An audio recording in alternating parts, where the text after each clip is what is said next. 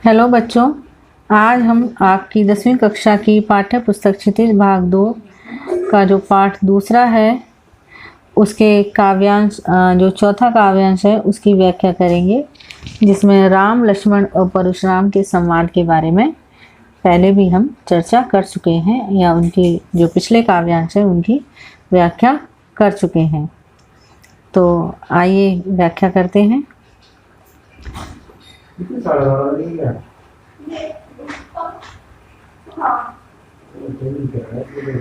कौशिक सुनहु मंद एहु बालकु, कुटिल काल बस निज कुल घालकु।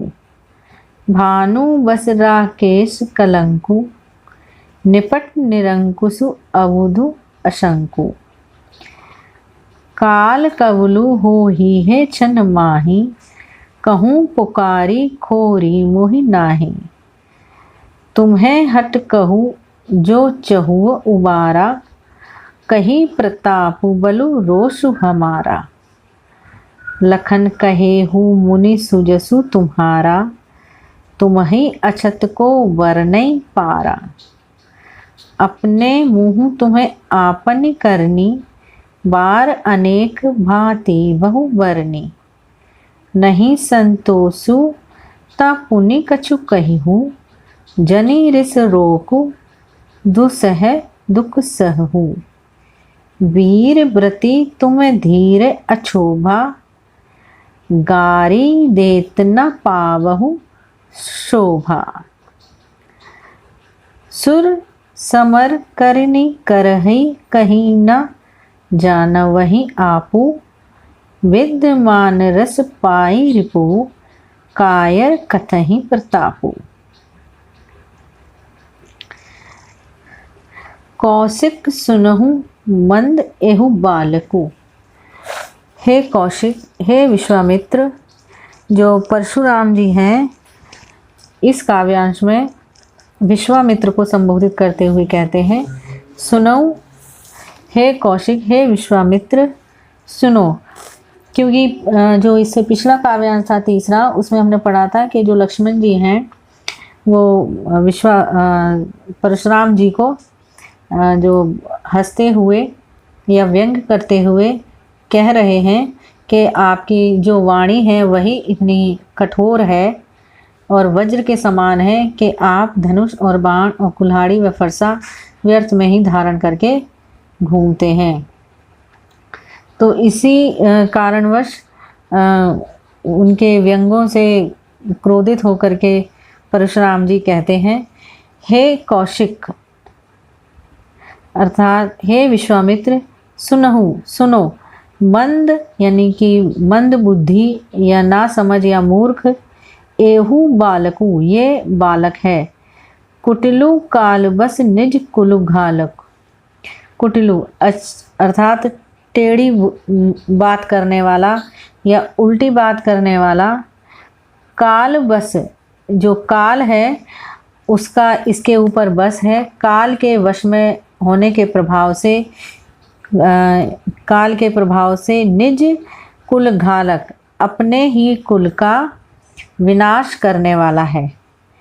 भानु वंश राकेश कलंकु। भानु वंश, भानु से तात्पर्य है यहाँ पर सूर्य और वंश का मतलब कुल।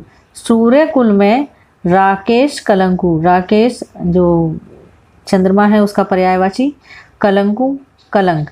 जो राकेश है अर्थात चंद्रमा पर कलंक मौजूद है, उसी तरह से ये सूर्य वंश जो आप श्री राम जी का वंश है, सूर्य वंश, उस पर चंद्रमा में जिस प्रकार से कलंक है उसकी भांति है। कौन? लक्ष्मण। निपट निरंकुशु अवधु अशंकु। निपट निरंकुशु अवधु अशंकु अर्थात ये जो लक्ष्मण है ये बहुत अत्यधिक यानी कि बहुत ज़्यादा उद्दंड, निरंकुशु उद्दंड, जिस पर कोई अंकुश नहीं होता, मतलब अनुशासनहीन है, जो बात नहीं मानता। अबुधु बुद्धिहीन, अज्ञानी, मूर्ख, मतलब जिसमें बुद्धि ही नहीं है। और कैसा है? अशंकु है, निडर है, यानी कि इसे इस बात का भय ही नहीं है। काल कवलु हो ही है छन माही। काल कवलु का मतलब है काल का ग्रास, काल का खाना बनने वाला है या काल का ग्रास बनने वाला है। हो ही है होने वाला है, छन माही एक पल में ही। कहूँ पुकारी खोरी मोहि नाही। कहूँ पुकारी खोरी मोहि नाही, कि मैं पुकार कर कहता हूँ, खोरी दोष मोहि नाही, मेरा दोष नहीं होगा। अर्थात बाद में मुझे दोष नहीं देना।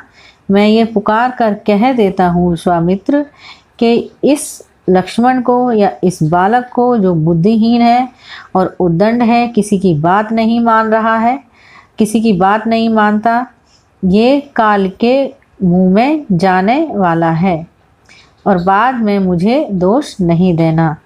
तुम्ह हट कहूँ जो चहुआ उबारा, कही प्रताप बलु रोसु हमारा। तुम्हें हट कहूँ अर्थात रोक लो, तुम इसे रोक लो, मैं तुम्हें कहता हूँ इसे रोक लो। जो यानी यदि, चहु उबारा चाहते हो इसको उबारना अर्थात बचाना। यदि तुम इसे बचाना चाहते हो तो कहिए, इससे कहिए प्रतापु बल रोषु हमारा। प्रतापु मतलब मेरा प्रताप, मेरा यश, बल और रोषु यानी गुस्सा। जो मेरा प्रताप है, मेरा यश बल है और जो मेरा क्रोध है, उसके बारे में इसे बताओ और इससे कहो कि ये चुप हो जाए। लखन कहेहु मुनि सुजसु तुम्हारा, तुम्हें अछत को बरनई पारा। जो लखन है मतलब अब लक्ष्मण जी जो हैं वो बोलते हैं परशुराम जी से, कहियो मुनि सुजसु तुम्हारा। हे मुनि, आप अपना आपका जो यश है उसको आपसे ज़्यादा अच्छे तरीके से वर्णन और कौन कर सकता है। तुम्हें अक्षत को बरनई पारा। अक्षत बरनई यानी कि वर्णन, तुम ही उसको अच्छी तरह से बखान कर सकते हो। अपने मुँह तुम आपनी करनी, तुम अपने मुँह से अपनी करनी का अनेक बार अनेक भांति बहु बरनी, तुम अनेक बार वर्णन कर चुके हो। वर्णी का मतलब वर्णन, भांति मतलब कई भांति भांति तरह के कई प्रकार से कर चुके हो अपने यश का। यानी तुम कैसे हो, तुम्हारा स्वभाव कैसा है, ये तुम अपने आप ही उसका कई प्रकार से वर्णन कर चुके हो। नहीं संतोषु ता पुनि कछु कही हूँ, जनी रिस रोकी दुसै दुख सही हूँ।